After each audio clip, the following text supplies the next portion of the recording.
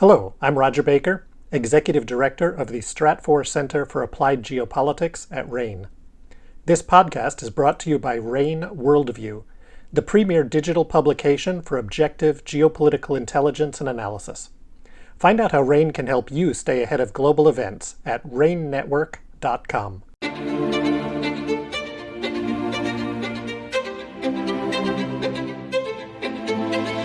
This is the Essential Geopolitics podcast from RANE. Welcome aboard. I'm Emily Donahue. In this podcast, we'll be talking about Afghanistan. Specifically, a year after the Taliban's takeover, we're following foreign counterterrorism efforts there. Isaia Galace is a global security analyst with RANE. Welcome to the podcast, Isaia. Thanks. Happy to be here. So, what can you tell me about counterterrorism in Afghanistan? So I'd say that generally there has been limited foreign counterterrorism activity in Afghanistan after the withdrawal. The United States has been particularly judicious in its conduct of such activity. It only conducted the unmanned aerial vehicle strike against al-Qaeda leader Ayman al-Zawahiri on July 31st. And Pakistan has been the other main actor involved in counterterrorism in Afghanistan, mainly against Taliban Pakistan, or the TTP. Isaia, what counterterrorism operations have foreign countries conducted in Afghanistan since 2021? So the most prominent reported foreign counterterrorism operation conducted in Afghanistan was the U.S. strike on al-Zawahiri in Kabul. Zawahiri was residing in an upscale neighborhood in the house of a top aide to Taliban Interior Minister Sirajuddin Haqqani, and the U.S. reportedly had assets on the ground that supported the strike and helped confirm al-Zawahiri's killing. Now, besides eliminating the then leader of al-Qaeda, the revelations surrounding the strike bolstered what the United States intelligence community and the UN Security Council had long assessed, that al-Qaeda remains present in Afghanistan and continues to be close with the Taliban. Now, Pakistan has also been involved in counterterrorism in Afghanistan. It's reportedly conducted airstrikes, allegedly targeting members of the TTP in eastern Afghanistan back in April. But there have also been other attacks reported throughout the year, including roadside bombings and suspected UAV strikes against senior TTP leaders that were likely conducted by Pakistan as well.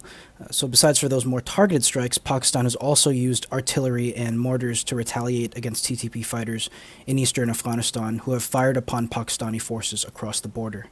Given the scrutiny that the Biden administration received about its, over-the-horizon counterterrorism strategy, can you talk about what the late July strike says about U.S. capabilities there? Sure. So just for context, after the Taliban takeover of the country and the withdrawal of coalition forces, al-Zawahiri apparently felt safer and more comfortable, and he made himself vulnerable to discovery by foreign intelligence services by taking greater risks and generally using poor tradecraft. In particular, he decided to relocate to the capital of Afghanistan and ultimately reunite with his family, which allowed foreign intelligence services to discover him. Now, the first thing to note is that the U.S. appears to maintain some intelligence capabilities in Kabul. Based on media reports and statements by Biden administration officials, the U.S. was able to verify al-Zawahiri's presence in the capital through multiple streams of intelligence, gain an understanding of the area where al-Zawahiri was located, and establish an understanding of al-Zawahiri's habits and routines, or pattern of life. So while the United States has significantly degraded intelligence capabilities in Afghanistan generally, it does appear to maintain an underlying capability in the country's capital.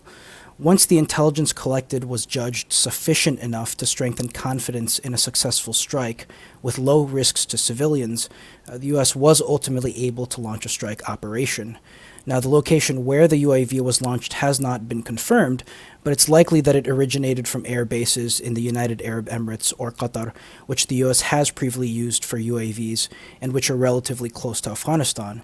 It also appears that Pakistan likely granted U.S. permission to use its airspace to conduct the strike, given that Pakistani airspace would have provided the quickest path to Afghanistan, and because the two countries previously maintained an agreement granting U.S. permission for flights to and from Afghanistan. Now, the U.S. also reportedly chose to use special munitions in the strike, which lacked a more traditional explosive warhead to minimize risks of civilian casualties. So ultimately, the strike demonstrated that under certain circumstances, the U.S. can successfully conduct UAV strikes against high-value targets in Afghanistan. Well, let's go forward there. What is the state of fighting terrorists in Afghanistan look like going forward? So foreign countries will continue to face significant challenges countering extremism in Afghanistan, and many of these challenges stem from the lack of a credible counterterrorism partner on the ground. The Taliban maintains relationships with multiple extremist groups, has consistently lied about its relationships with these groups, and has occasionally even denied that they are present in the country. And even when the Taliban are intent on countering such groups, they haven't really been successful. The Taliban have been attempting to counter Islamic State Khorasan province since they took over Afghanistan, but ISKP has been consistently able to conduct lethal attacks even against more heavily guarded locations and targets. So foreign countries will likely have to rely on themselves to counter terrorism in Afghanistan, and many will have to do so from afar. And the challenge is significant. There are a diverse array of extremist groups in the country, including the Uyghur extremist Turkestan Islamic Party and the Tajik extremist Jamaat Ansar Allah, and they've generally enjoyed significant freedom since the Taliban takeover. Many of these groups have expressed intent to attack foreign countries, are actively re-strengthening, and in some cases are working together to mutually develop their capabilities. So going back to the United States as an example, despite the success of the al-Zawahiri operation, the U.S. intelligence capability in Afghanistan remains significantly degraded. It doesn't have the human intelligence network it had prior to the withdrawal, and if the U.S. is relying on UAVs launched from the Persian Gulf, fuel constraints limit the ability of those assets to collect quality intelligence. Fuel constraints also limit what the U.S. can do once a strike operation is underway, since UAVs would be limited in how long they can loiter and adapt to unexpected changes on the ground. And given the emphasis the Biden administration has placed on preventing civilian casualties, it remains to be seen whether the United States will be conducting counterterrorism strikes in Afghanistan more frequently, given that it's more difficult to establish confidence of a successful strike with low risks of civilian casualties in the current environment. So the United States and the international community will likely continue to face significant challenges in countering a resurgence in extremism from Afghanistan moving forward. Isaiah, that is a lot to take in. Thank you so much for that analysis. Thank you for the opportunity. Isaia Galace is a global security analyst with RANE. You can stay up to date on the security situation in Afghanistan and more than 150 other countries at RANE Worldview, our geopolitical intelligence solution. With interactive maps, risk tracking, and analysis, security professionals rely on RANE Worldview. Find out how RANE can help your business manage risk at ranenetwork.com. That's RANE network.com. I'm Emily Donahue. Thank you for listening.